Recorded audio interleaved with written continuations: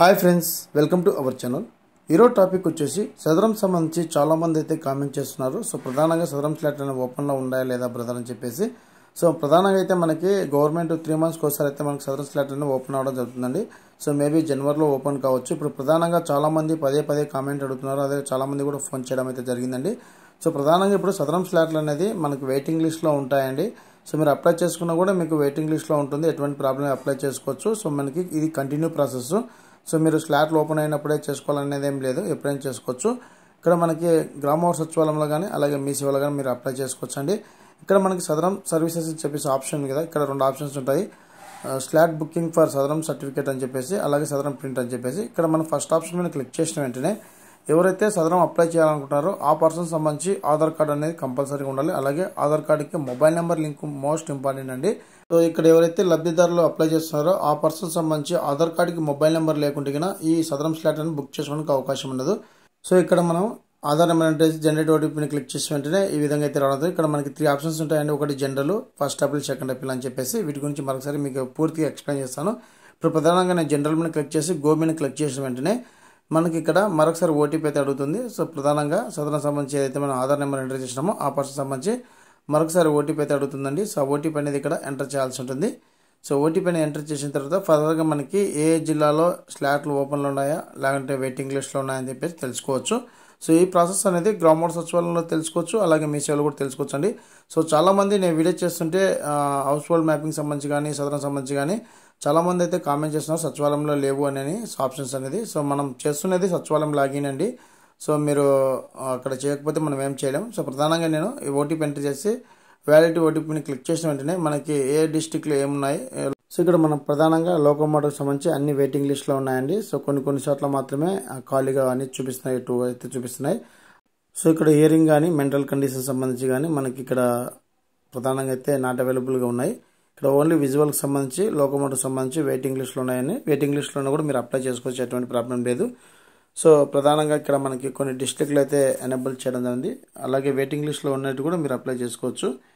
So ఇక్కడ మనకి అల్లూరు సీతారామరాజులో మనకి లోకోమోటివ్ సంబంధించి 2 అయితే ఖాళీగా ఉన్నాయండి. So general hospital.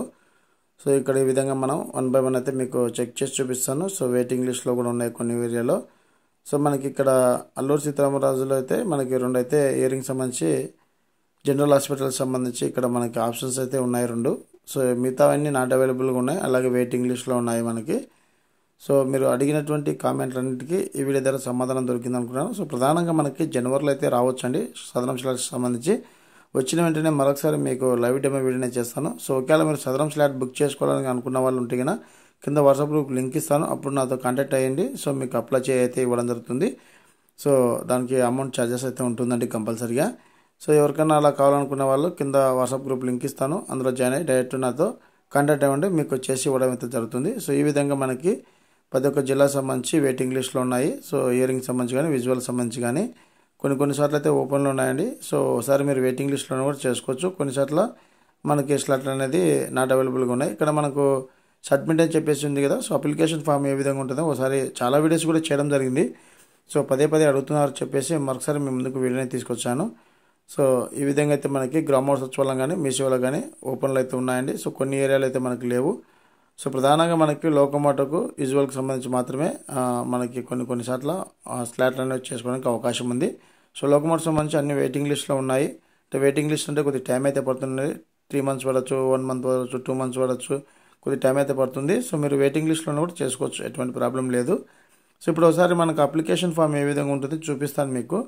సో ఇక్కడ మనం సబ్మిట్ చేసిన వెంటనే మన యొక్క అప్లికేషన్ ఫామ్ అనేది ఓపెన్ అవ్వడం జరుగుతుంది. ఇక్కడ మన యొక్క డీటెయిల్స్ అనేది ఎంటర్ చేయాలి. సో ఎంటర్ చేసిన తర్వాత లాస్ట్లో మనకి డిజేబిలిటీ సంబంధించి మీరు ఏ జిల్లాకు సంబంధించిన వాళ్ళని చెప్పేసి అడుగుతుంది. సో ఆ జిల్లాని సెలెక్ట్ చేసుకోవాలి. సెలెక్ట్ చేసుకున్నాక ఇక్కడ మనకి హాస్పిటల్ లిస్ట్ మొత్తం రావడం జరుగుతుంది. సో మనకి ఏ హాస్పిటల్ కావాలనుకున్నప్పుడు ఆ హాస్పిటల్ సెలెక్ట్ చేసుకోవాల్సి ఉంటుంది.